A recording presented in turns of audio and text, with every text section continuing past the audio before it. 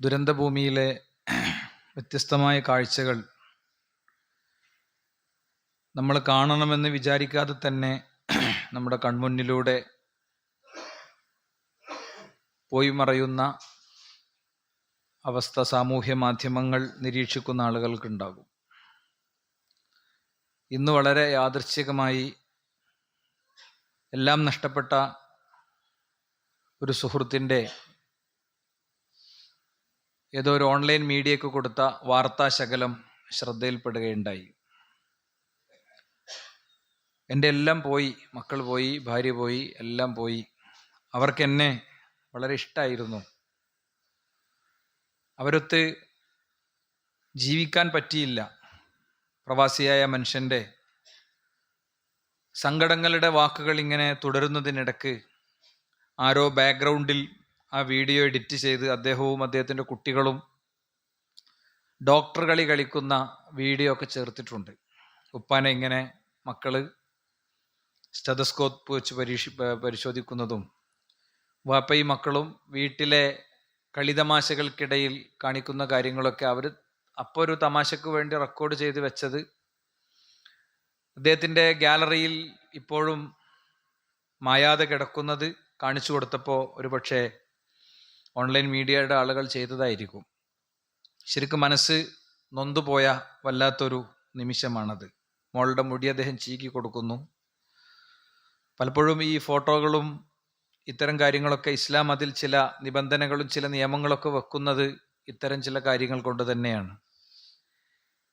ഏതായാലും നമ്മുടെ മനസ്സിനെ പിടിച്ചു നിർത്താനും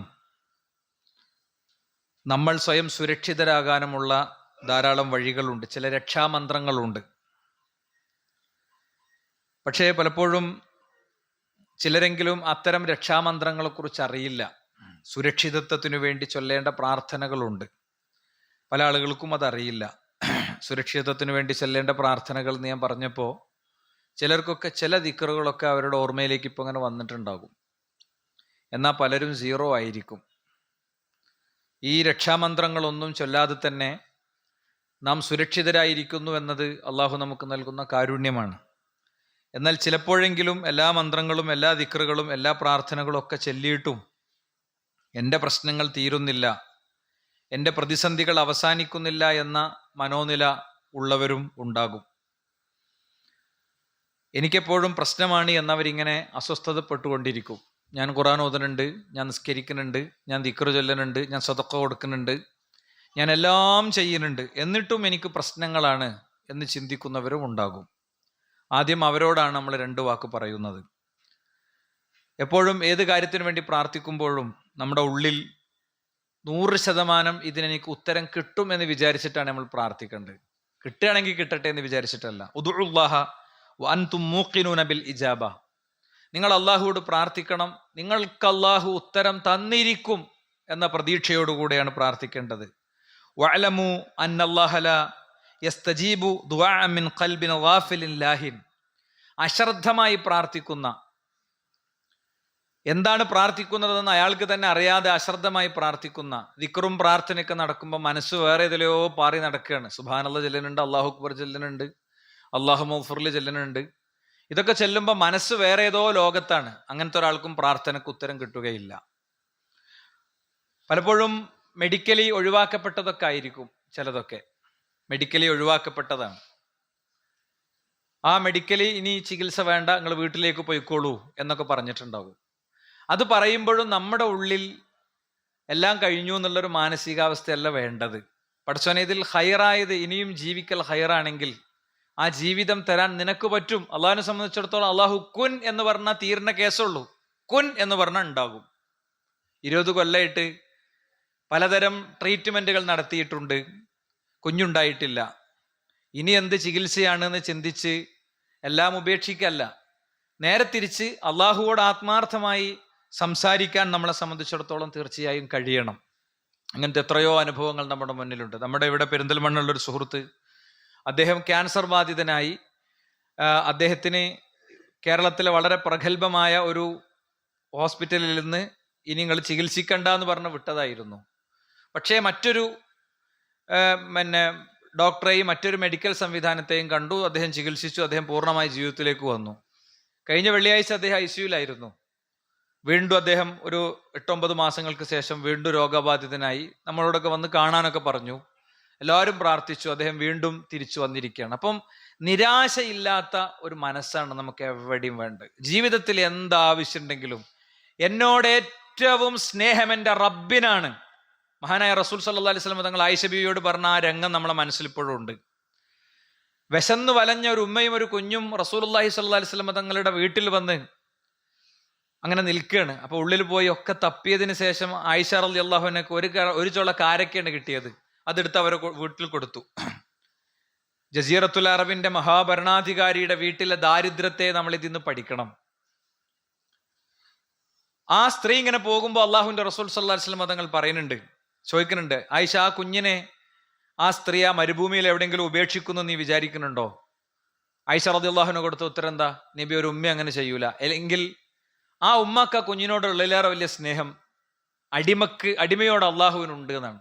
അപ്പൊ നമ്മൾക്ക് ഉത്തരം തരുമെന്ന് വിചാരിച്ച് തന്നെ പ്രാർത്ഥിക്കണം. രണ്ടാമത്തെ ഒരു കാര്യം, ധൃതി കൂട്ടരുത്. എന്താ ധൃതി കൂട്ടുക എന്ന് പറഞ്ഞാൽ അള്ളാഹുവിന്റെ റസൂൽ സല്ലല്ലാഹു അലൈഹി വസല്ലം തങ്ങൾ പറഞ്ഞു, കുടുംബ ബന്ധം മുറിക്കാനും അതുപോലെ തന്നെ അങ്ങനെയുള്ള ചില കാര്യങ്ങൾക്ക് വേണ്ടിയല്ല പ്രാർത്ഥനയെങ്കിൽ നിങ്ങൾ ധൃതി കൂട്ടുന്നില്ലെങ്കിൽ നിങ്ങൾക്ക് ഉത്തരം കിട്ടും. അപ്പോ മൽ ഇസ്തിഅജാൽ എന്ന് ചോദിച്ചു സഹാബത്ത്. എന്താണ് നബിയെ ധൃതി കൂട്ടുക എന്ന് പറഞ്ഞാൽ? പ്രവാചകൻ പറഞ്ഞു, ഒരാൾ പറയണ ഖദ് ദഅഉതു വഖദ് ദഅഉതു, ഞാൻ ഒരുപാട് പ്രാർത്ഥിച്ചു, അങ്ങനെ പ്രാർത്ഥിച്ചു, ഇങ്ങനെ പ്രാർത്ഥിച്ചു, അങ്ങനെ ചോദിച്ചു, ഇങ്ങനെ ചോദിച്ചു, ഫലം അറാ യസ്തജീബു ലി, പക്ഷെ ഇന്നേവരെ എനിക്ക് ഉത്തരം കിട്ടിയിട്ടില്ല, ഇന്നേവരെ എനിക്ക് ഉത്തരം കിട്ടിയിട്ടില്ല. അങ്ങനെ വയദഉ ദുആ, അവൻ പ്രാർത്ഥന നിർത്തുന്നു. ഇനി പ്രാർത്ഥനയൊക്കെ മതി, പ്രാർത്ഥിച്ചൊക്കെ എത്രയൊക്കെ മതി എന്നൊരാൾ പറയാം. അതാണ് ഇസ്തിഅജാൽ കൊണ്ട് ഉദ്ദേശിക്കുന്നത് എന്നാണ്. യഥാർത്ഥത്തിൽ നമ്മളെ സംബന്ധിച്ചിടത്തോളം പ്രാർത്ഥനയുടെ ഫലപ്രാപ്തി 3 രീതിയിലായിരിക്കും. ഒരുപാട് തവണ ഈ മിമ്പറിൽ നിന്ന് നമ്മൾ പഠിച്ചിട്ടുണ്ട്. ഒന്നുകൂടി ഇന്ന് അത് ഓർമ്മിപ്പിച്ചു പോവുകയാണ്. അബൂ ഹുറൈറ റളിയല്ലാഹു അൻഹു ധരിക്കുന്ന ഹദീസിൽ കാണാം, ലാ യസാലു യുസ്തജാബു ലിൽ അബ്ദി മാ ലം യദഅ ബിഇസ്മിൻ ഔ ഖതിഅത്തി റഹിമിൻ മാ ലം യസ്തഅജിൽ. ധൃതി കൂട്ടാതെ കുടുംബബന്ധം മുറിക്കാതെ ഒരു വിശ്വാസി പ്രാർത്ഥിച്ചാൽ അവന് ഉത്തരം കിട്ടും. എങ്ങനെ? മാമിൻ മുസ്ലിമിൻ ബിദഅവത്തിൻ യദ്ഉ ബിദഅവത്തിൻ ലൈസ ഫീഹാ ഇസ്മുൻ വലാ ഖതിഅത്തി റഹിം. പാപം ചെയ്യാൻ വേണ്ടി എനിക്ക് കള്ളു കുടിക്കാൻ അവസരം തരണേ, വ്യഭിചരിക്കാൻ അവസരം തരണേ എന്നൊന്നല്ല പ്രാർത്ഥിക്കണേ. എന്നെ എൻ്റെ മൂത്താപ്പാനിയും തമ്മിൽ തെറ്റിക്കണേ എന്നല്ല പ്രാർത്ഥിക്കണേ. അങ്ങനെ അല്ലെങ്കിൽ 3 നിലക്കാണ് അവന് ഉത്തരം കിട്ടുക. ഇമാ യുഅജ്ജലു ലഹു ദഅവതുഹു, ഒന്നവന്റെ പ്രാർത്ഥനയ്ക്ക് അപ്പം തന്നെ ഉത്തരം കിട്ടും.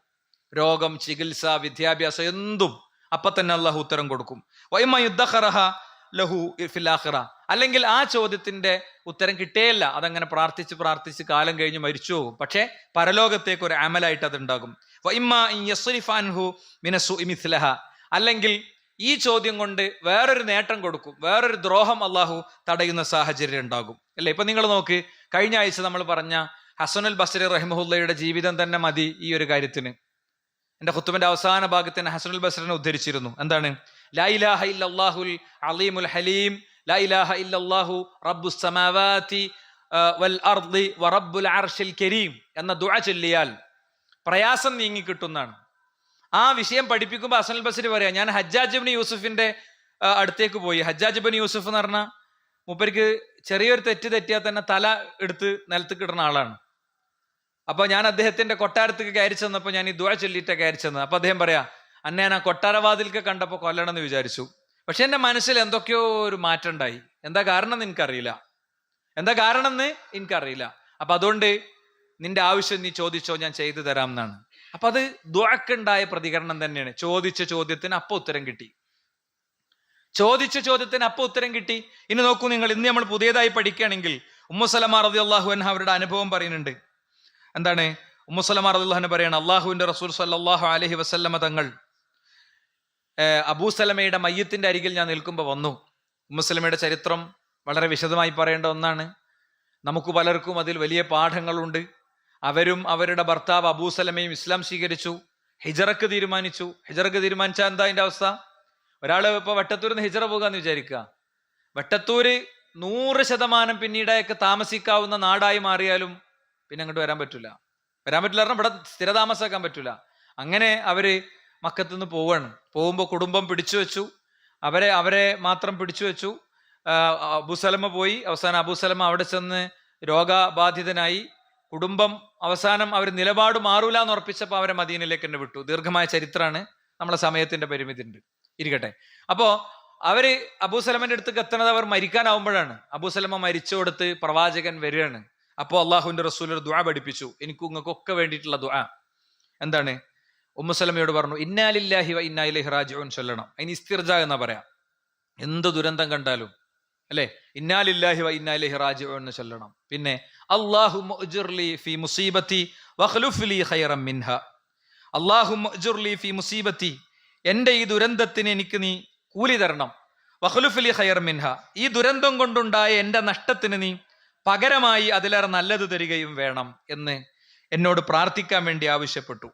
മരണം ഉണ്ടായി, നമ്മളെ കാലൊരു കല്ലിൽ വെച്ചു കുത്തി, അപ്പോഴൊക്കെ പറയാനുള്ള, മരിച്ചോടത്ത് മാത്രം അല്ലെങ്കിൽ മഹാദുരന്തം ഉണ്ടാകുമ്പോൾ മാത്രം പറയാനുള്ളതല്ല അല്ലേ. നമ്മളെ ഫോണ് നിലത്ത് വീണു, അത് പൊട്ടി, എന്തോ ആട്ടെ, അപ്പോഴൊക്കെ ചെല്ലാനുള്ള ദുആണ് ഇന്നാ ലില്ലാഹി വ ഇന്നാ ഇലൈഹി റാജിഊൻ അല്ലാഹുമ്മ ഉജ്ർലി ഫീ മുസീബത്തി വഖ്ലുഫ് ലീ ഖൈറൻ മിൻഹാ. അപ്പോ ഉമ്മു സലമ റളിയല്ലാഹു അൻഹ പറയുന്നുണ്ട്, ജീവിതത്തിന്റെ മധ്യാഹ്നം പിന്നിട്ട് എനിക്ക് ഈ അബൂസലമയെക്കാളും ഇനി നല്ലൊരു ഭർത്താവിന് എവിടുന്ന് കിട്ടാനാ?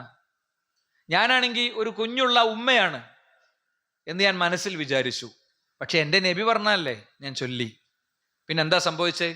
പ്രവാചകന്റെ ബെഡ്റൂമിലെ മണവാട്ടിയായി, ഭാര്യയായി അവർ മാറുന്നതാണ് ചരിത്രത്തിൽ നമ്മൾ കാണുന്നത്.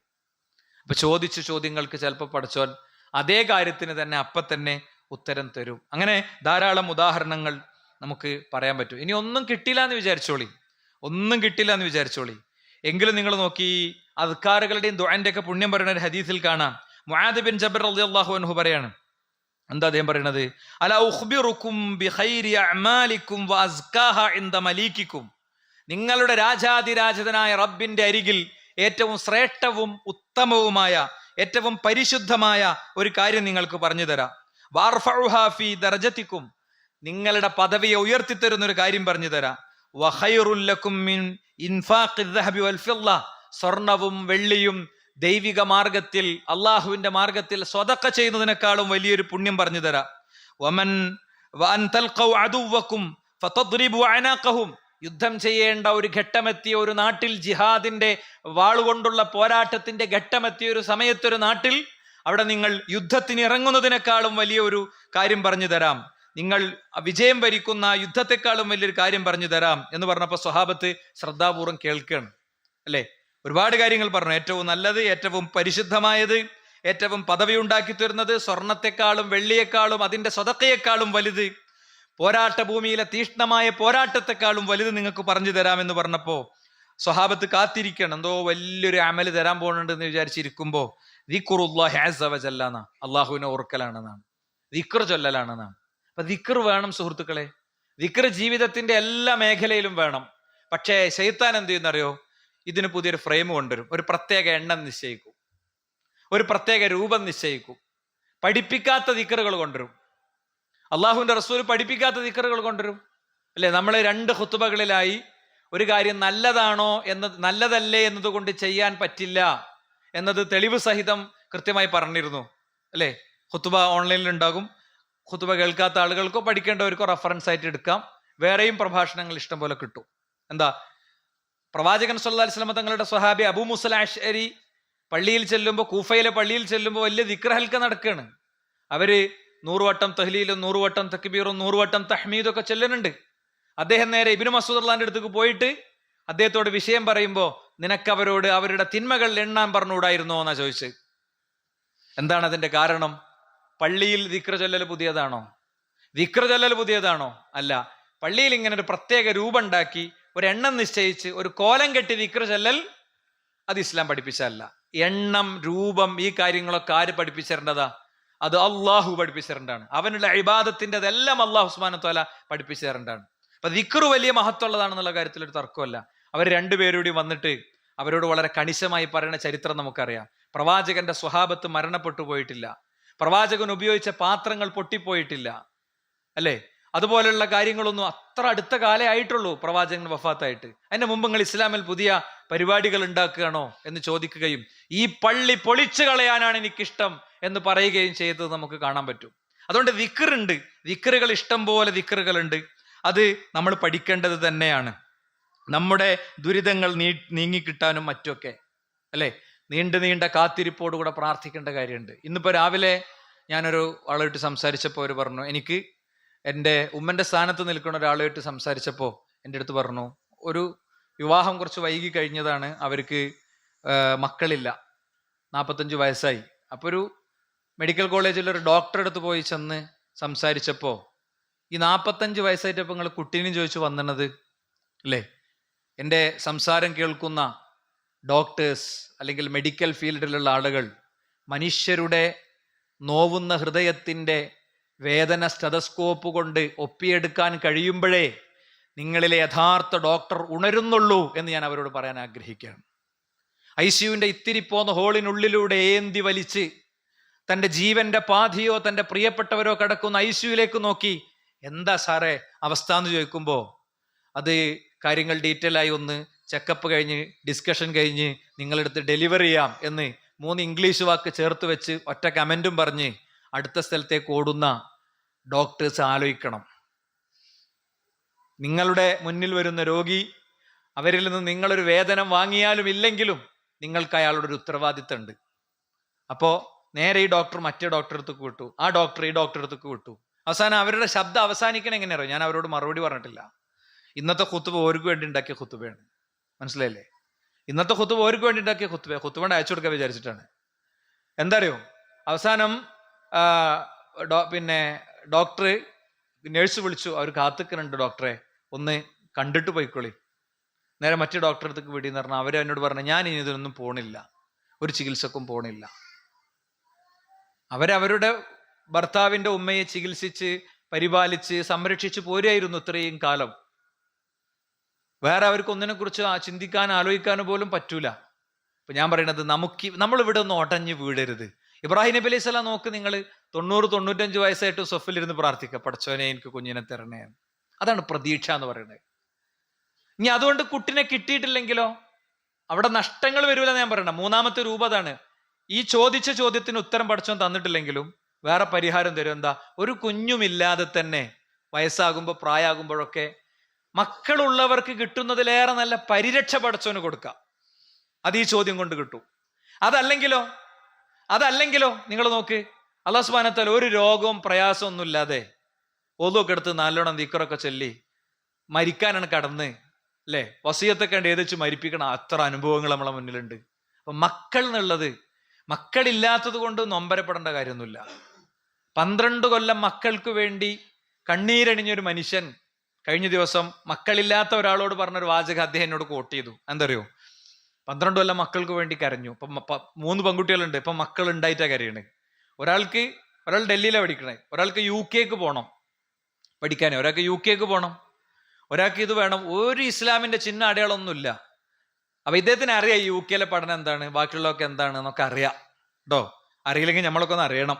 ഇപ്പൊ അത് പറയേണ്ട സമയമല്ല, ഞാൻ പിന്നെ പറഞ്ഞോണ്ട് ഒക്കെ ഒന്ന് പറയണം. കുട്ടികൾ തരിപ്പ് കയറി വരുമ്പോ കുട്ടികളെ പറഞ്ഞേച്ച് ഒരന്തം കുന്തം അല്ലാത്ത അവസ്ഥകളിലേക്ക് എത്തിക്കരുത്. നമ്മൾ ഈ വിഷയത്തിൽ നല്ലൊരു പഠനം നടത്തി കഴിഞ്ഞ ദിവസം പിന്നെ ഉത്തരവാദിത്തപ്പെട്ട ആളുകൾക്ക് ചില ഫയലുകളൊക്കെ കൊടുക്കാൻ ശ്രമിച്ചിട്ടുണ്ട്. ആ വിഷയം നന്നായി ബോധ്യപ്പെട്ട സ്ഥിതിക്ക് സാന്ദർഭികമായിട്ട് ഞാൻ പറഞ്ഞു എന്ന് മാത്രം.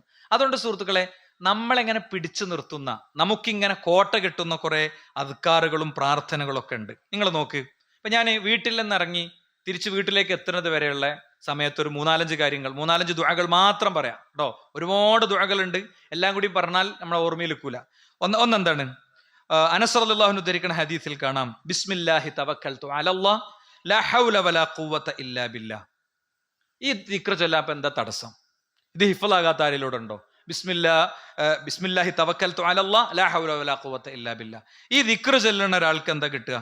അപ്പോ ആകാശത്തുനിന്ന് വിളിച്ചു പറയുന്നതാണ്, ഹുദീത വ കുഫീത വ വുഖീത. ഹുദീത, നിനക്ക് നേർമാർഗം നൽകപ്പെട്ടിരിക്കുന്നു. വ കുഫീത, നിനക്ക് വേണ്ടത് പൂർണ്ണമായി തന്നിരിക്കുന്നു. വ വുഖീത, നീ സംരക്ഷിക്കപ്പെട്ടിരിക്കുന്നു. അയാളുടെ സംരക്ഷണം പടച്ചോൻ ഏറ്റു എന്നാണ്. ആ പ്രാർത്ഥന ശരിയായി ചൊല്ലുന്ന ഒരു വ്യക്തിക്ക് അയാൾ ഈ പ്രാർത്ഥന ചൊല്ലുകയും ചെയ്യാം, ജാറും ഖബറും മക്കാമും പുണ്യാത്മാവും പുണ്യപുരുഷനും ഏലസും ഐക്കല്ലും പരിപാടിയൊക്കെ ആയിട്ട് നടക്കും. അപ്പൊ കിട്ടൂല. ഉള്ളമാര് പറയണല്ലോ, അതുകൊണ്ടാണ് ക്ലിയർ ആയിട്ട് പറഞ്ഞിരുന്നത്.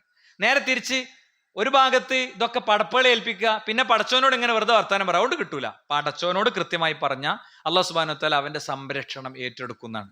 അപ്പൊ ഇനി എങ്ങാനും നമ്മൾ അങ്ങനെയൊക്കെ ചൊല്ലിപ്പോയിട്ടും നമ്മൾ ആക്സിഡന്റ് ആയി എന്ന് വിചാരിച്ചോളി. അപ്പൊ അതിന്റെ അർത്ഥം എന്താ? നമ്മൾ ചോദിച്ചാൽ നമുക്ക് കിട്ടിയിട്ടില്ല എന്നാ?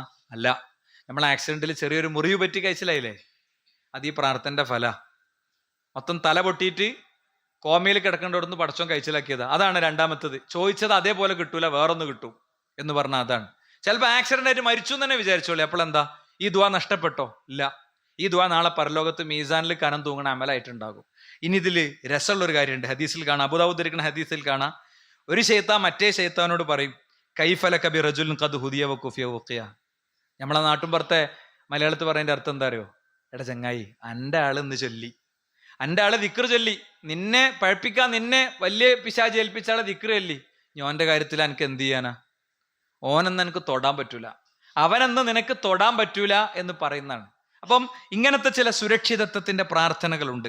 മാത്രല്ല, നിങ്ങൾ നോക്ക്, ഹസ്ബി അല്ലാഹു ലാ ഇലാഹ ഇല്ലാഹു അലൈഹി തവക്കൽതുഹു റബ്ബുൽ അർശിൽ അദീം എന്ന് 7 തവണ ചൊല്ലുന്ന ഒരു വ്യക്തിക്ക് കഫാഹുല്ലാഹു മഅഹമ്മഹു മിൻ അംരി ദുനിയ വൽ ആഖിറ, ദുന്യാവിന്റെയും പരലോകത്തിന്റെയും അവൻ ആഗ്രഹിക്കുന്ന എന്തും ആ പ്രാർത്ഥന ആത്മാർത്ഥമായി ഹൃദയമറിഞ്ഞ് ചൊല്ലിയാൽ അള്ളാഹു കൊടുക്കുന്ന. ചുണ്ടിന്റെ അറ്റത്ത് ദിക്ർ ഉണ്ടായതുകൊണ്ട് മാത്രം ഒരു കാര്യമില്ല, അത് ഞാൻ ഉറപ്പിച്ചു തരാം. ലാ ഇലാഹ ഇല്ലാഹു എന്നാണ് ഇതിലൊക്കെ ഉള്ളത്. അള്ളാഹു അല്ലാതെ ആരാധനക്കർഹനായി എനിക്ക് മറ്റാരുമില്ലെന്ന് ചുണ്ടുകൊണ്ട് പറയുകയും ഹൃദയം കൊണ്ട് വിശ്വസിക്കുകയും ജീവിതം കൊണ്ട് നിലപാട് പ്രഖ്യാപിക്കുകയും വേണം, അപ്പോഴേ കിട്ടുള്ളൂ. അതാണ് ഞാൻ ഇടയ്ക്കിടയ്ക്ക് എന്ത് പറയുന്നത്, അള്ളാഹു അല്ലാത്തവരിലേക്ക് തിരിയുകയും വേറെ എളുപ്പവഴി നോക്കുകയും എന്നിട്ട് ഈ പ്രാർത്ഥന നടത്തുകയും ചെയ്താൽ കിട്ടൂല എന്ന് പറയുന്നത്. എന്താ? ഹസ്ബി അല്ലാഹു ലാ ഇലാഹ ഇല്ലാഹു അലൈഹി തവക്കൽതുഹു റബ്ബുൽ അർശിൽ അദീം എന്ന് ചൊല്ലുന്ന ഒരു വ്യക്തിക്ക് അയാൾ അത് ചൊല്ലുന്ന ദിവസം അയാൾ ആഗ്രഹിക്കുന്ന ദുന്യാവും പരലോകവുമായി ബന്ധപ്പെട്ടതൊക്കെ പടച്ചോൻ കൊടുക്കുന്നതാണ് കേട്ടോ. ഈ ഹദീസ് സംബന്ധിച്ച ചർച്ചകളുണ്ട്. ഇത് സ്വഹീഹായ ഹദീസാണ് എന്നത് കൃത്യമായി രേഖപ്പെടുത്തി വന്നിട്ടുണ്ട്. ഞാൻ ഇത് ചില ആളുകൾ ഒരുപക്ഷെ ഹദീസ് ഖുത്ബ ഓൺലൈനിൽ നിന്നൊക്കെ കേൾക്കുന്ന ആളുകൾ കൃത്യമായി ഓരോന്ന് നോട്ട് ചെയ്തെടുത്ത് അത് ടെക്സ്റ്റ് ആക്കുന്ന ചില ആൾക്കാരൊക്കെ എനിക്കറിയാം. ഖുത്ബ കഴിയുമ്പോൾ അവരുടെ ടെക്സ്റ്റ് വരും. അപ്പോൾ അവരോടാണ് പറയണത്, ഇത് ഷെയ്ഖ് അർനാബൂത്ത് റഹിമഹുല്ലാ വളരെ കൃത്യമായി കാര്യങ്ങൾ രേഖപ്പെടുത്തി പോയിട്ടുണ്ട്. ഇനി പെട്ടെന്നുള്ള അപകടങ്ങളിൽ നിന്നും മരണങ്ങളിൽ നിന്നൊക്കെ രക്ഷപ്പെടാൻ വേണ്ടിയിട്ടുള്ള ഒരു ദുആ ഉണ്ട്. എന്താ? ബിസ്മില്ലാഹില്ലദീ ലാ യദുറു മഅസ്മിഹി ശൈഉൻ ഫിൽ അർളി വലാ ഫിസ് സമാഇ വഹുവസ് സമീഉൽ അലീം. 3 വട്ടം ചൊല്ലുന്ന ഒരാൾ ലം തുസിബുഹു ഫജ്അതു ബലാഇൻ ഹത്താ യുസ്ബിഹ വമൻ ഖാലഹ ഹീന യുസ്ബിഹു 3 മറات ലം തുസിബുഹു ഫജ്അ ബലാ ഹത്താ യുംസിയ. വൈകുന്നേരമാണ് ഈ ദിക്ർ ചൊല്ലുന്നതെങ്കിൽ ഇത് രാവിലെയും വൈകുന്നേരവും ചെല്ലേണ്ട ദിക്റിലുള്ളതാണ്. ബിസ്മില്ലാഹി ലാ യദുറു ബിസ്മില്ലാഹില്ലദീ ലാ യദുറു മഅ ഇസ്മിഹി ശൈഉൻ ഫിൽ അർളി വലാ ഫിസ് സമാഇ വഹുവസ് സമീഉൽ അലീം. ഇതൊക്കെ എങ്ങനെ പഠിച്ചു വരിക എന്ന് നമുക്കൊരു സംശയം ഉണ്ടാകും. ഈ ഞാൻ എപ്പോഴും പരിചയപ്പെടുത്തുന്ന ഒരു ആപ്പ് ഉണ്ട്, ജമീൽ ആപ്പ്. ഇങ്ങനെ തുറന്നു വെച്ച് കഴിഞ്ഞാൽ നമുക്ക് സിമ്പിളായിട്ട് ഇങ്ങനെ നോക്കാം. അതിങ്ങനെ ചൊല്ലി അത് പിന്നീട് അതിന്റെ ഓഡിയോയും കേൾക്കാം. നമുക്ക് ചൊല്ലി അതൻ ശീലാകും, പെട്ടെന്ന് ഹിഫ്ളിലേക്ക് വരും ഇൻഷാ അല്ലാഹ്. അല്ലാഹു സഹായിക്കട്ടെ. അപ്പൊ അങ്ങനെ ചൊല്ലുന്ന ഒരാൾ വൈകുന്നേരമാണ് അത് ചൊല്ലുന്നതെങ്കിൽ രാവിലെ വരെ പൊടുന്നനെയുള്ള അപകടങ്ങൾ അയാൾക്ക് പറ്റില്ല. അല്ലെ? പൊടുന്നനെയുള്ള അപകടങ്ങൾ അയാൾക്ക് പറ്റില്ല. പൊടുന്നനെയുള്ള അപകടങ്ങൾ, ഒരു മല മുഴുവൻ ഇടിഞ്ഞ് ഒരു താഴ്വാരം മൂടുന്ന മഹാ അപകടങ്ങളുടെ മുന്നിലെത്തിയിട്ടും സുരക്ഷിതത്വത്തിന്റെ ഇത്തരം പ്രാർത്ഥനകളെ കുറിച്ചുള്ള പഠനമോ ചിന്തയോ ഇല്ലാതിരിക്കുക എന്ന് പറയുന്ന സുഹൃത്തുക്കളെ ശരിയല്ല കേട്ടോ, ഒരിക്കലും ശരിയല്ല. ഇനി ഒരാൾ രാവിലെയാണ് ചൊല്ലിയതെങ്കിൽ വൈകുന്നേരം വരെ അത്തരം കാര്യങ്ങളിൽ നിന്ന് അയാൾ സുരക്ഷിതനാകുമെന്ന് പഠിപ്പിക്കുകയാണ്. മാത്രല്ല, മറ്റൊരു ഹദീസിൽ പൊതുവായി കാണാം ഇതേ ദിക്റിനെ പറ്റിയിട്ട്, ഒമൻ ഖാലഹ മസാഅൻ ല യദുറുഹു ശൈഉൻ ഹത്താ യുസ്ബിഹ. യാതൊരു തരത്തിലുള്ള അപകടങ്ങളും നേരം വെളുക്കും വരെ അവൻ ഉണ്ടാവില്ല. രാവിലെ ചൊല്ലിയാൽ വൈകുന്നേരം വരെ ഉണ്ടാവുകയില്ല എന്നാണ്. മാത്രമല്ല, നിങ്ങൾ നോക്ക്, ഇപ്പൊ യാത്രയിൽ ചൊല്ലുന്ന പ്രാർത്ഥന മുമ്പൊരിക്കൽ നമ്മൾ പരാമർശിച്ചു പോയിട്ടുണ്ട്. അല്ലാഹുമ്മ ഇന്ന നസ്അലുക ഫീ സഫരിനാ ഹാദാ അൽ ബിർറ വത്തഖ്വ വമിനൽ അമലി മാ തർദാ. അല്ലാഹുമ്മ ഹവ്വിൻ അലൈനാ സഫറനാ ഹാദാ വത്വി അന്നാ ബുഅദാ. അല്ലാഹുമ്മ അൻത സാഹിബു ഫി സഫർ വൽ ഖലീഫത്തു ഫിൽ അഹ്ലി വൽ മാൽ. അല്ലാഹുമ്മ ഇന്നാ നഊദു ബിക മിൻ വഅസാഇ സഫർ വകആബത്തിൽ മൻദർ വസൂഇൽ മുൻഖലബി ഫിൽ അഹ്ലി വൽ മാൽ. സൗദി അറേബ്യന്റെ അല്ലെങ്കിൽ കുവൈത്തിന്റെ ഒക്കെ ഫ്ലൈറ്റിൽ യാത്ര പോണ ആളുകൾക്ക് ഞാനിത് ചെല്ലുമ്പോൾ ഇങ്ങനെ ഓർമ്മ വരും. അതിങ്ങനെ ബാക്ക്ഗ്രൗണ്ടിൽ നിന്ന് അതിങ്ങനെ പതുക്കെ കേൾക്കും. ആ കേൾക്കുന്ന ആളുകൾക്ക് അതിന്റെ അർത്ഥം കൂടി അറിയണമെങ്കിൽ ഉണ്ടല്ലോ, ആ ഫ്ലൈറ്റ് യാത്രന്റെ പശ്ചാത്തലത്തിൽ അല്ലെങ്കിൽ ഭൂമിയിൽ നിന്ന് പൊങ്ങാണല്ലോ, അപ്പം ഉണ്ടാവുന്ന ഒരു അല്ലെങ്കിൽ ഇപ്പൊ കപ്പലിൽ പോകുമ്പോൾ ഓക്കെ, നമ്മൾ ബൈക്ക് കയറി പോണ ഫീലിംഗ് അല്ലല്ലോ ഉണ്ടാകേണ്ട ഒരു മാനസികാവസ്ഥ ഉണ്ട്. അതെ, അള്ളാഹുവേ, ഈ യാത്രയിൽ നിന്നോട് ഞാൻ നന്മയെയും തഖ്വയെയും ചോദിക്കുന്നു. നിനക്കിഷ്ടപ്പെട്ട രീതിയിൽ മാത്രം ഞാൻ അനുവർത്തിക്കുന്നത്, നിനക്കിഷ്ടപ്പെട്ട പോലെ മാത്രം ഞാൻ പ്രവർത്തിക്കുന്ന ഒരാളാക്കി എന്നെ മാറ്റണമെന്നും ഞാൻ നിന്നോട് പറയാണ്. എൻ്റെ യാത്രയുടെ ദൂരം എനിക്ക് കുറച്ചിരണം. യാത്രയുടെ ദൂരം എന്താ? ഇവിടുന്ന് 1.5 മണിക്കൂർ കൊണ്ടും പെരിന്തൽമണ്ണക്കെത്താം, 20 മിനിറ്റ് കൊണ്ടും പെരിന്തൽമണ്ണക്കെത്താം. എന്താ കാര്യം? പോകുമ്പോൾ മാടിന്റെ അവിടെ മണ്ണിടിഞ്ഞ് അവിടെ കല്ല് അടിക്കണമെങ്കിൽ പിന്നെ പിന്നിക്കും വരാമേ മുന്നിക്കും പോകാൻ വയ്യ. എന്തൊരു മനോഹരമാണ് സുഹൃത്തുക്കളെ. അങ്ങാടിപ്പുറം പാലത്തിന്റെ അവിടെ 1 മിനിറ്റ് കൊണ്ടും പാസ് ചെയ്യാം, 3/4 മണിക്കൂർ കൊണ്ടും പാസ് ചെയ്യാം. അതാണ് വത്തുവി അന്നാ ബഅദ. ഇനിയോ അല്ലാഹുമ്മ അൻത സ്വാഹിബി ഫി സഫർ. പിന്നെയാണ് വർത്താനം തുടങ്ങണേ. അല്ലാഹുമ്മ അൻത സ്വാഹിബി ഫി സഫർ. പടച്ചോനെ, എന്റെ യാത്രയിൽ എന്റെ കൂട്ടുകാരൻ നീയാണ്. വൽ ഖലീഫത്തു ഫിൽ അഹ്ൽ. വീട് നോക്കാൻ ഞാൻ നിന്നെയാണ് ഏൽപ്പിക്കണത്. അവിടെ 333 വക ഏട് വെച്ച് പോന്നല്ല. ബദരീങ്ങളുടെ പേര് പിന്നെ എന്താ പറയാ, കാലിഗ്രാഫിയിൽ അങ്ങനെ കെട്ടിത്തൂങ്ങി പോന്നല്ല. ഞാൻ നിന്നെയാണ് ഏൽപ്പിക്കണത് കേട്ടോ, ഞാൻ നിന്നെയാണ് ഏൽപ്പിക്കണത്. പിന്നെ എന്ന് വളരെ കൃത്യമായി ഇങ്ങനെ. അതുപോലെ തന്നെ അതിന്റെ തുടർച്ച എന്താ? അല്ലാഹുമ്മ അഊദു ബിക മിൻ വഅസാഇ സഫർ. യാത്രയുടെ ക്ലേശങ്ങളിൽ നിന്ന്, വകഅബത്തിൽ മൻദർ, മോശമായ കാഴ്ചകളിൽ നിന്ന്, വസൂഇൽ മുൻഖലിബ്, മോശമായ തിരിച്ചുവരവിൽ നിന്ന് ഒക്കെ ഞാൻ നിന്നോട് രക്ഷ തേടുകയാണ്. ഞാനിപ്പോ നല്ല വെള്ള വസ്ത്രം കെട്ടുപോയി വൈകുന്നേരം ഒറ്റ വസ്ത്രത്തിൽ മൂടിയിട്ട് ഒരു ആംബുലൻസിൽ തിരിച്ചു വരാം. അള്ളാഹു കാത്തുരക്ഷിക്കുമാറാകട്ടെ. അപ്പൊ അങ്ങനെയുള്ള അദ്കാറുകളുണ്ട്. അത്തരം അദ്കാറുകളൊക്കെ സ്വീകരിക്കാൻ നമ്മളെ സംബന്ധിച്ചിടത്തോളം കഴിയണം. അത്തരം സൂക്ഷ്മതകൾ ജീവിതത്തിൽ ഉണ്ടാകണം എന്നത് ഈ സന്ദർഭത്തിൽ പ്രത്യേകം ഓർമ്മിപ്പിക്കുകയാണ്. ഇനി നിങ്ങൾ നോക്കൂ, ഒരു ദുരിതബാധിതനെ കാണുകയാണ്, ഒരു കടം ബാധിച്ച ഒരാളെ കാണുകയാണ്, അല്ലെങ്കിൽ ഒരു ഭാഗം തളർന്ന ഒരാളെ കാണുകയാണ്, എന്തു ദുരിതാകട്ടെ, അങ്ങനെ കാണുന്ന ഒരാളെ കാണുമ്പോൾ അൽഹംദുലില്ലാഹില്ലദീ ആഫാനി ഫീ മബ്തലാക ബി വഫദ്ദലനി അലാ കസീരിൻ മിമ്മൻ ഖലഖ തഫ്ദീല. നിനക്കുള്ള വിഷമമൊന്നുമില്ലാതെ എനിക്ക് സൗഖ്യം നൽകിയ പടച്ചോനെ നിനക്ക് സ്തുതി. ഈ മനുഷ്യനിൽ ഉള്ള കുഴപ്പമൊന്നും എനിക്കില്ല എന്ന് ചൊല്ലുന്ന ഒരാളെ പറ്റിയിട്ട് അള്ളാഹുവിന്റെ റസൂൽ പറയാണ്, ലം യുസിബുഹു ദാലിക്കൽ ബല. ആ ദുരിതം പിന്നെ അവനെ ബാധിക്കൂല. അത് മാത്രമല്ല പ്രവാചകന്റെ പ്രയോഗം എന്താ? അവൻ ജീവിക്കുന്നിടത്തോളം കാലം ആ പ്രശ്നം പിന്നെ അവൻ ഉണ്ടാകൂല എന്നാണ്. അപ്പൊ ഇങ്ങനെയുള്ള ധാരാളം അദ്കാറുകളുണ്ട്. അതൊക്കെ ജീവിതമാക്കാൻ ശ്രദ്ധിക്കുക. അള്ളാഹു നമ്മെല്ലാം സ്വീകരിക്കുമാറാകും. അൽഹംദുലില്ലാ വസ്സലാത്തു വസ്സലാമു അലാ റസൂലില്ലാ വഅലാ ആലിഹി വസ്ഹാബിഹി അജ്മഈൻ. അമ്മാ ബഅദ്. സൃഷ്ടാവും സംരക്ഷകനുമായ റബ്ബിനെ ജീവിതത്തിന്റെ എല്ലാ മേഖലയിലും കാത്തു സൂക്ഷിക്കണമെന്ന് ഒരിക്കൽ കൂടി ഉണർത്തുകയാണ്, ഉത്ബോധിപ്പിക്കുകയാണ്. അദ്കാറുകൾ ധാരാളമുണ്ട്, നമ്മൾ പഠിക്കേണ്ടതായ ദിക്റുകൾ ധാരാളമുണ്ട്. അഊദു ബികലിമാത്തില്ലാഹി തമ്മാത്തി മിൻ ശർരി മാ ഖലഖ്. ഒരു സ്ഥലത്ത് പോയി ഇറങ്ങുമ്പോൾ, ഒരു പ്രദേശത്ത് പോയി ഇറങ്ങുമ്പോൾ നമുക്ക് ഏതെങ്കിലും അർത്ഥത്തിലുള്ള ദോഷബാധകളിൽ നിന്ന് രക്ഷപ്പെടാൻ വേണ്ടി അള്ളാഹുവിന്റെ റസൂൽ സ്വല്ലല്ലാഹു അലൈഹി വസല്ലം തങ്ങൾ പഠിപ്പിച്ച ദുആയാണ്.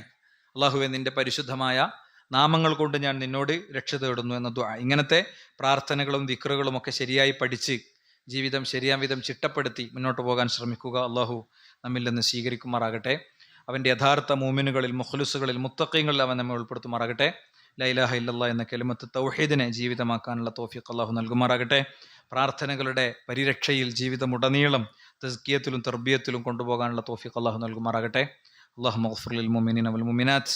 അല്ലാഹുമ്മ അഇസ്ൽ ഇസ്ലാം വൽ മുസ്ലിമീൻ വഅദിൽ ശിർക വൽ മുശ്രിക്കീൻ. റബ്ബനാ ആതിനാ ഫിദ് ദുനിയ ഹസന വഫിൽ ആഖിറതി ഹസന റബ്ബനാ വഖിനാ അദാബന്നാർ. ആമീൻ ആമീൻ ബിറഹ്മതിക യാ അർഹമർ റഹീമീൻ. വൽഹംദുലില്ലാഹി റബ്ബിൽ ആലമീൻ. വസല്ലല്ലാഹു